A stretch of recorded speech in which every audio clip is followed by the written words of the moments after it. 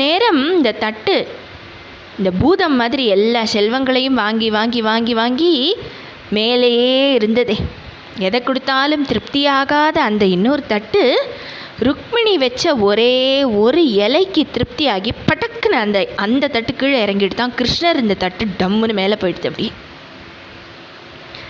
இப்போ கிருஷ்ணர் இருக்கிற தட்டு மேலே இருக்குது, இந்த தட்டு அதை விட கீழே வந்துடுதான். அப்படி வந்து வந்து வந்து வந்து அப்படி வந்து சமம் ஆகிறது. எல்லாருக்கும் ஆச்சரியம். பெரிய பெரிய ரத்னங்கள் எல்லாம் கொண்டு வச்சும் இந்த கல் கீழே வரல. ஒரே ஒரு இலையை கொண்டு வச்ச உடனே இந்த தட்டு கீழே வந்து அப்படி சமமாகிடுதே. என்ன இலை அது? எல்லாரும் பார்க்குறா. சத்யபாமா ஆச்சரியம் தாங்காமல் ருக்மிணி கிட்டே கேட்டாலும், என்ன இலையை கொண்டு போய் நீ வச்ச? அது என்னன்னு நான் தெரிஞ்சுக்கலாமா? ருக்மிணி சொன்னாலாம்,